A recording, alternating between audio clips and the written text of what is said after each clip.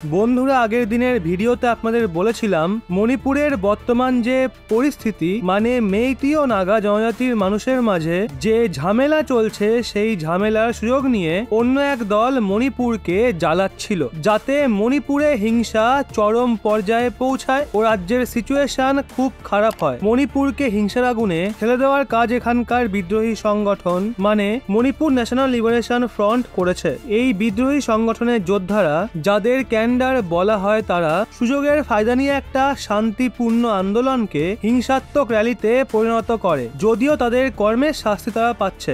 ভারতীয় সেনা এখনো অবধি এরকম 40 জন ক্যান্ডারকে শেষ করে দিয়েছে, আর এখনো অনেককে মারা হচ্ছে। এখন এরই মাঝে স্বরাষ্ট্র মন্ত্রক থেকে একটা বড় ঘোষণা মণিপুর রাজ্যের জন্য করা হয়েছে। এই আর্টিকেল অনুযায়ী স্বরাষ্ট্রমন্ত্রী Amit Shah high level meeting করে মণিপুরে কঠোর কার্যকলাপের নির্দেশ দিয়ে দিয়েছে। স্বরাষ্ট্রমন্ত্রী অমিত শাহ মণিপুর যাত্রায় গেছিলেন। উনি মণিপুরের মুখ্যমন্ত্রী বীরেন সিং এর সঙ্গে মোড়ে, কানাকপুক্কি ও চূড়াচাঁদপুর এলাকায় যাত্রা করেন। এরপর সন্ধ্যাবেলা বিশিষ্ট ব্যক্তিবর্গ, নাগরিক সমাজ সংগঠনের প্রতিনিধি মণ্ডলের সঙ্গে মিলে সর্বদলীয় বৈঠক করেন। আর এই বৈঠকেই তিনি মণিপুর সরকারকে নির্দেশ দেন, মণিপুর রাজ্যের শান্তি ও সমৃদ্ধি আমাদের সর্বোচ্চ অগ্রাধিকার। যদি কেউ এই শান্তিকে ভঙ্গ করার চেষ্টা করে বা জেনে বুঝে মানুষজনের মধ্যে হিংসার আগুন লাগায়, তাহলে তাদের বিরুদ্ধে কড়া থেকেও কড়া অ্যাকশন নেওয়া হোক। আপাতত সেনা ক্যান্ডারদের বিরুদ্ধে যে অপারেশন চালাচ্ছে, তাতে যদি কেউ বাধা দেওয়ার চেষ্টা করে, তাহলে তার বিরুদ্ধেও অ্যাকশন নেওয়া হোক। কোন রকম